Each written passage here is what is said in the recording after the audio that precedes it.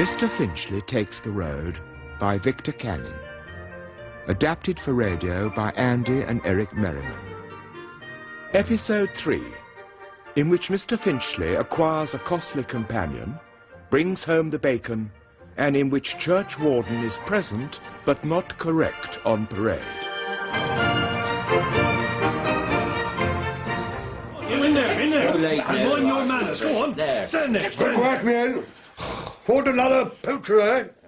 By Victoria, what is the country coming to? Well, sir, what have you to say for yourself?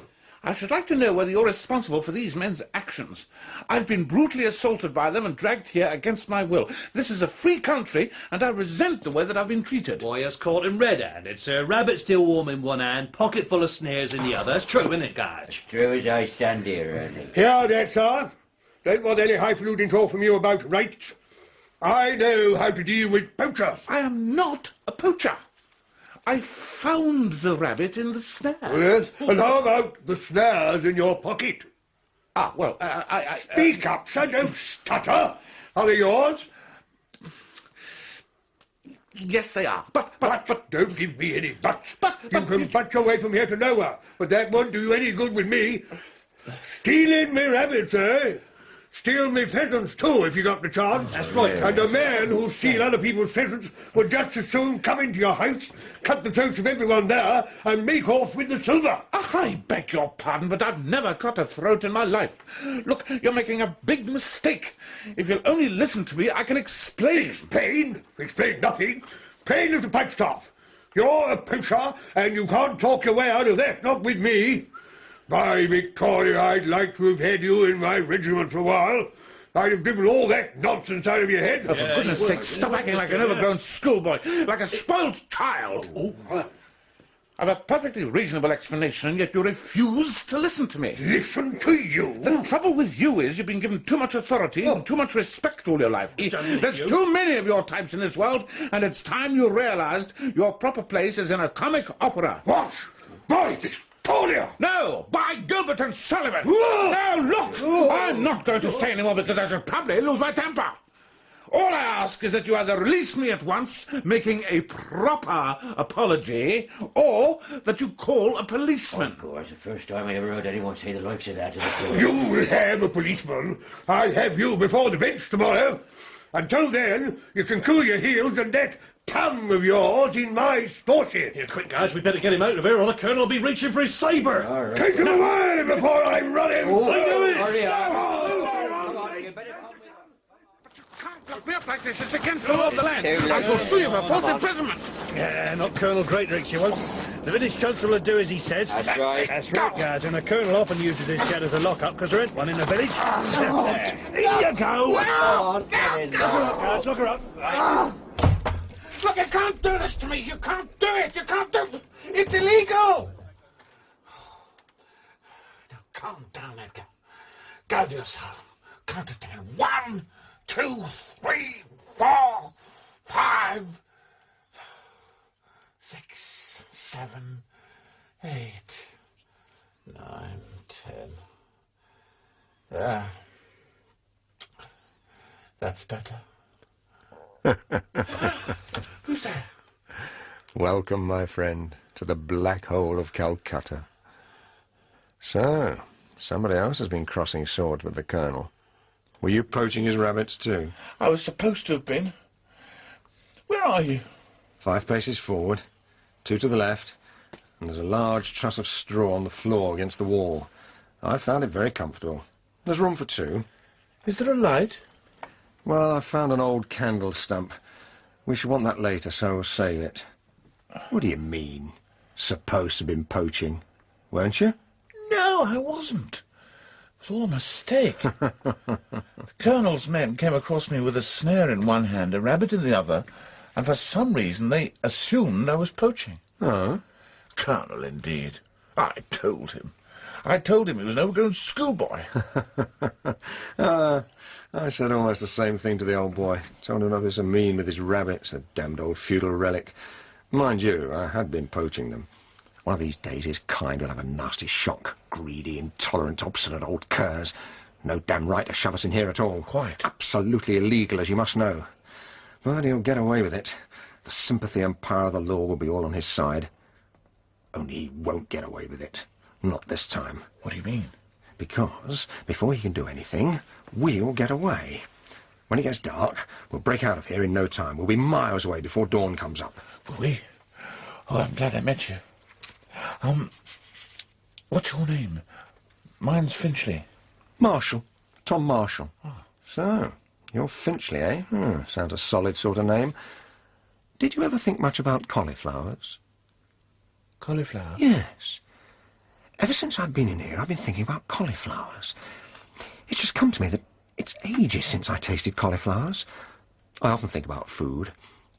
Which do you like best with roast mutton? Onion sauce or red currant jelly? Onion sauce, I think. So do I. It's Sunday tomorrow. Back in my caravan, I've got a leg of mutton and fresh vegetables. Oh. I was going to cook them and have a real Sunday lunch. I don't know what'll happen now. This poaching business has upset things. I'm worried about my horse and caravan, too. Roast mutton, eh? Look, tell you what. If I get you out of here within the next hour, will you let me share that meal? What about the Colonel? Ah, to hell with him. He can get his own lunch. Besides, you don't think that addle-brained brass hat can get between me and roast mutton, do you? We can get out of here and with your caravan be 10 miles away by morning. How'd you propose to get out? I'll show you. Now we'll light the candle. Ah, there you are. How'd you do? Hello. Now, where's my jackknife? Ah, that was lucky that I was almost an architect once. You see, this place is built in an old style. Timber framework filled up with lath and plasterwork. Now, behind this plaster there's a small cavity.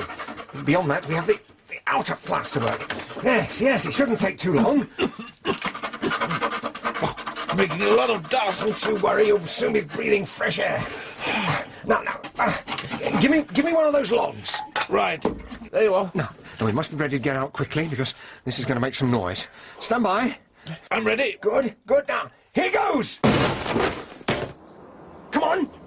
Through the hole, quickly. I'm right behind you. A bit of a tight squeeze. Let's run for it.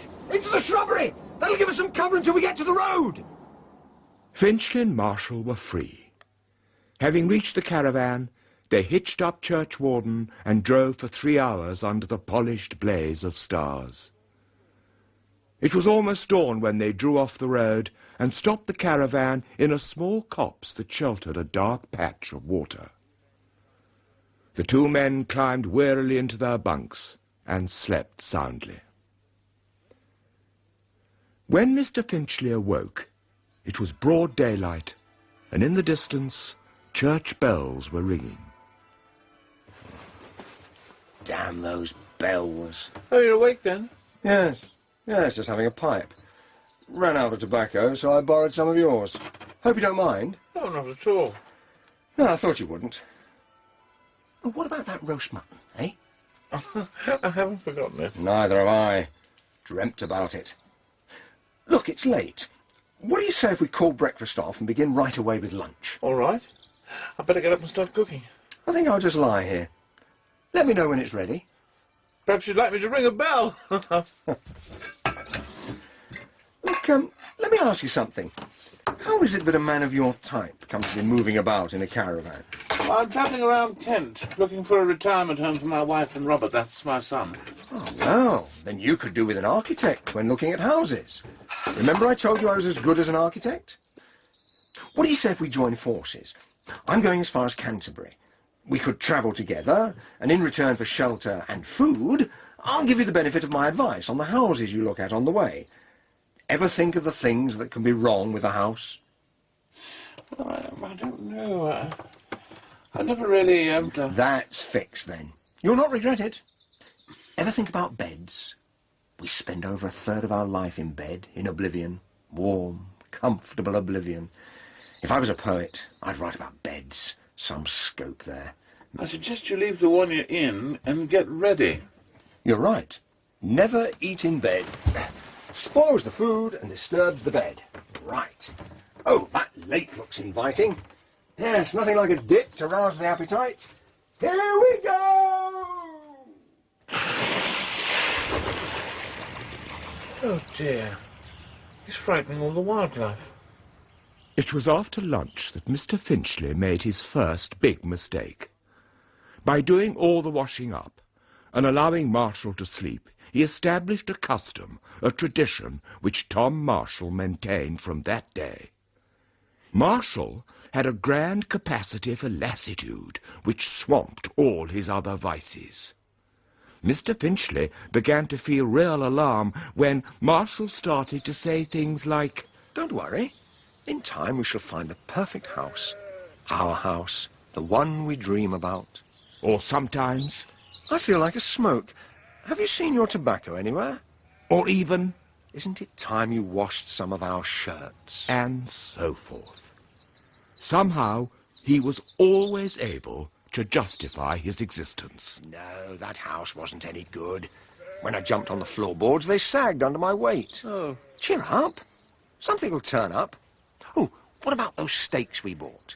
I tell you, you were lucky to meet up with me. Like ships in It's the no night. good.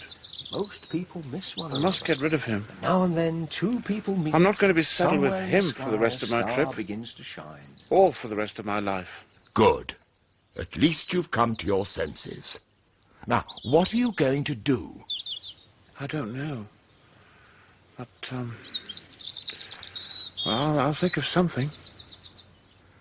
They were travelling along a quiet country road, having visited a farmhouse which Marshall had sworn would probably fall down before they left it, when they came to a village.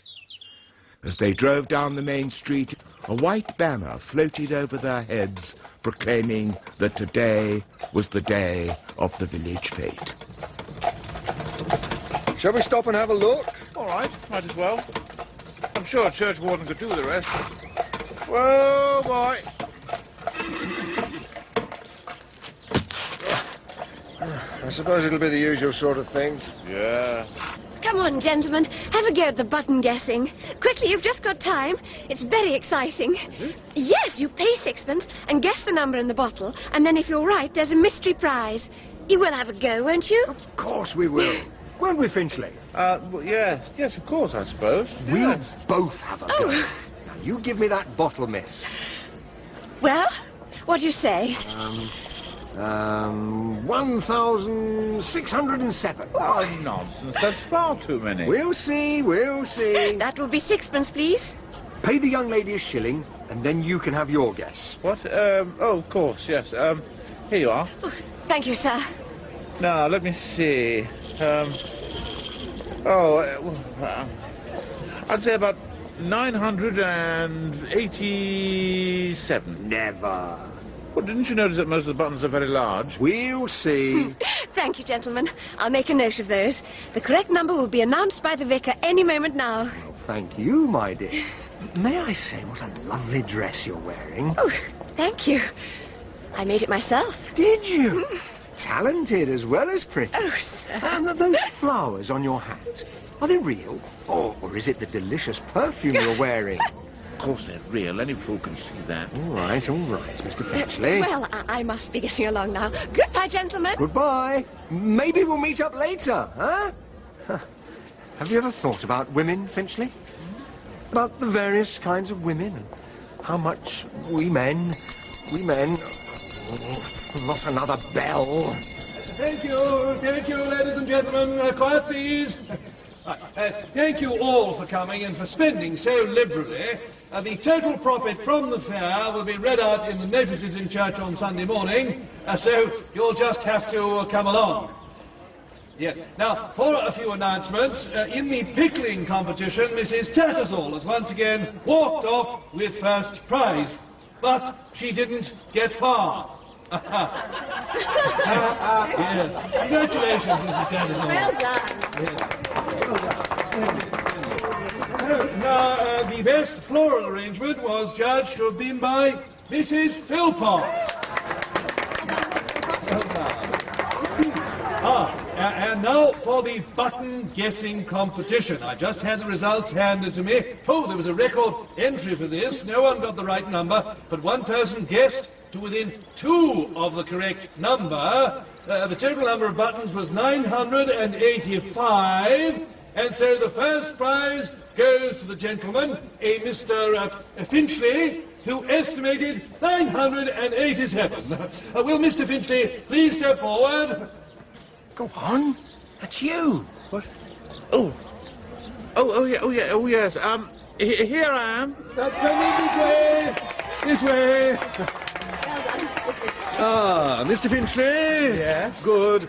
My congratulations, sir. Can we have the prize, please, Ephraim?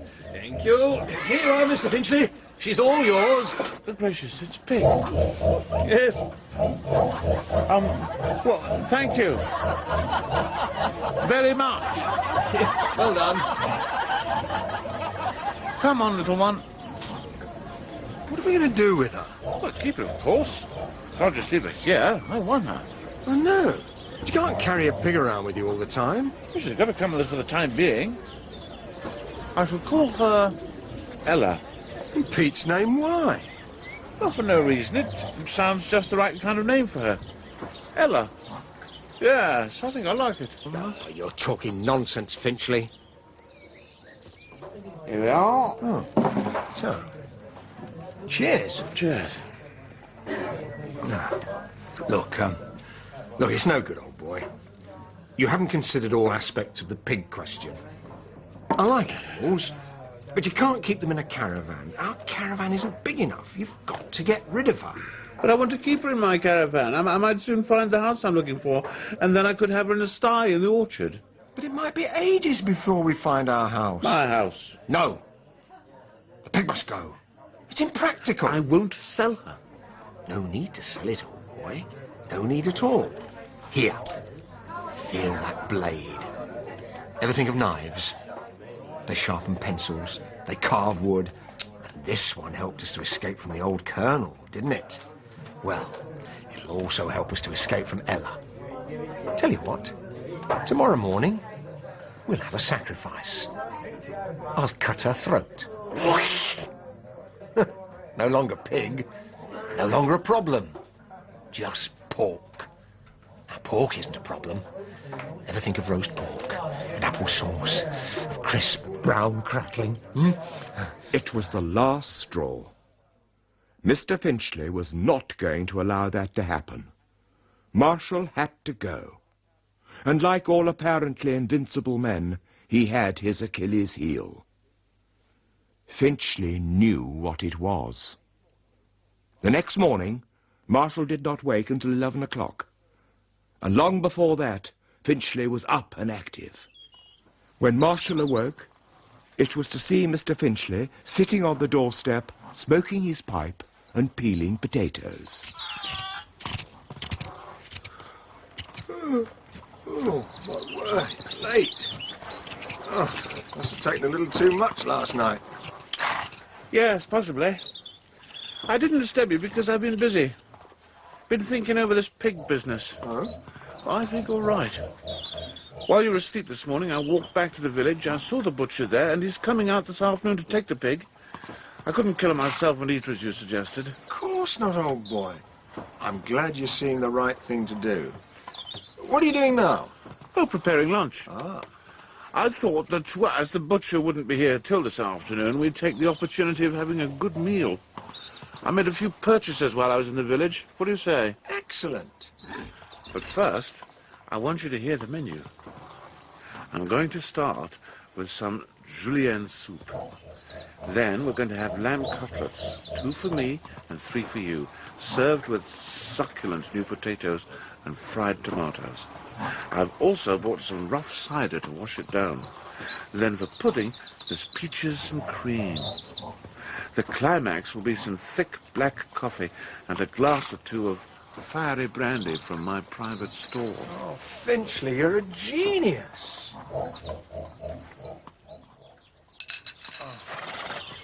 Oh, what a meal. For 3 meals a week like that, I'd sell my soul to the devil. It was good, wasn't it? Good? Good is a mild word. There's no word to describe it.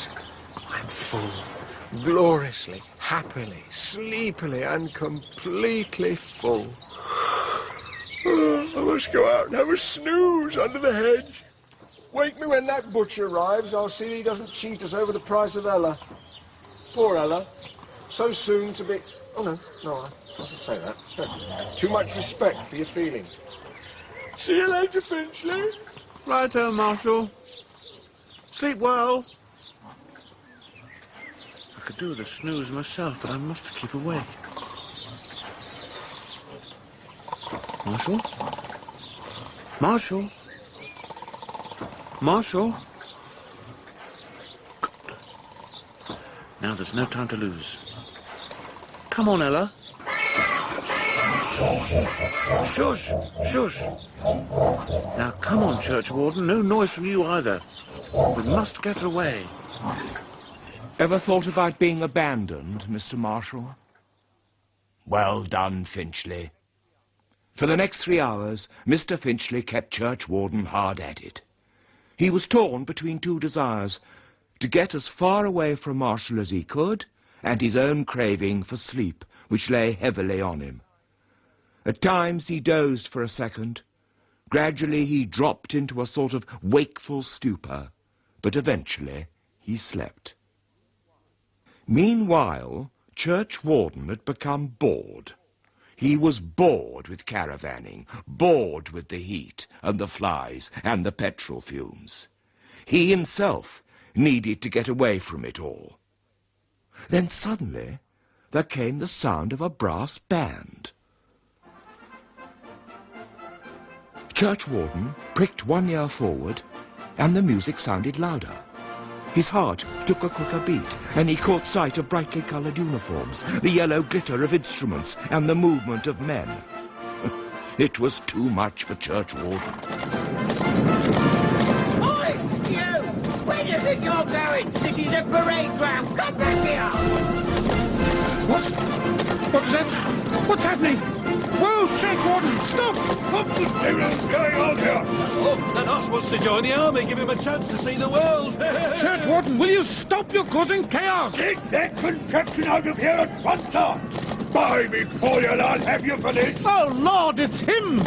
Churchwarden, what have you done? Please, stop! Look out! Get out of the way! He's coming straight for us! Look out, drummer! What's that pig doing in the middle of my parade? Get it out of here! Get that pig away from my horse! Dude, the colonel's come a cropper! Where is he? Where is that fellow in the caravan? By me, Collier! Oh, dear! You'd better not stop now, Churchwarden! Forget what I said! Carry on, quickly, through that gate! Where's me sabre? Come back here! Ignore him, Churchwarden! Keep going, fast as you can! There's half a pound of sugar in it for you! Finchley got as far away as he could, but then heard a loud metallic noise in front of him. Churchwarden's escapade had caused him to loosen a shoe. Well, there could be no more travelling today, and so he spent the night on a small piece of waste ground at the side of an unfrequented road. Oh, you may want to know what happened to Ella. No, she didn't have to face a firing squad. In fact, at this moment, she's nestling in the safe arms of a burly sergeant major, and I wouldn't be surprised if, in due course, she isn't made the regimental mascot. The following morning, after having taken Churchwarden to a blacksmith, Mr. Finchley went back to his caravan and spent the rest of the day quietly reading and writing letters.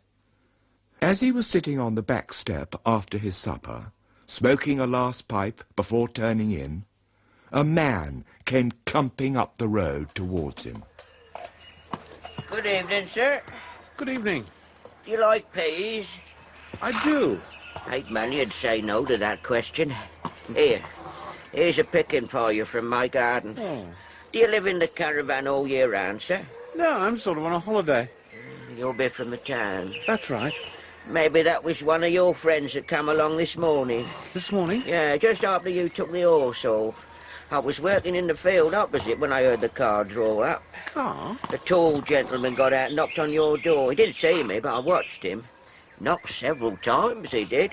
Then he tried the doors and the windows. Really?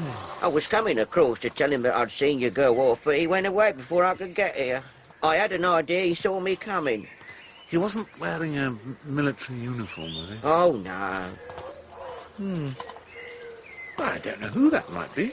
Well, I thought you'd like to know about it in case you've been expecting someone. Thank you. Well, I best be going now. Cheerio. Goodbye. Oh, and thanks for the peas. I wonder who that could have been. And what is it about this caravan that everyone's so interested in? Are you talking to me? Well, I wasn't really, but now that you're here, what do you know about all this? Nothing. Nothing? No, absolutely nothing, I'm afraid. Oh, you're a great help. I was hoping, being the narrator, you might be able to explain things a bit. Oh, not me. I'm sorry. You'll just have to wait until the next episode. Well, In episode 3 of Mr. Finchley Takes the Road, by Victor Canning, the part of Mr. Finchley was played by Richard Griffiths. Ronald Fraser was the Colonel, Joe Melia, Tom Marshall, Chris Emmett, Garge and the Labourer, John Glover, Ernie and the Vicar, and Susie Bran was the young woman. The narrator was James Villas. Mr. Finchley Takes the Road was adapted for radio by Andy and Eric Merriman, and the producer was Gareth Edwards.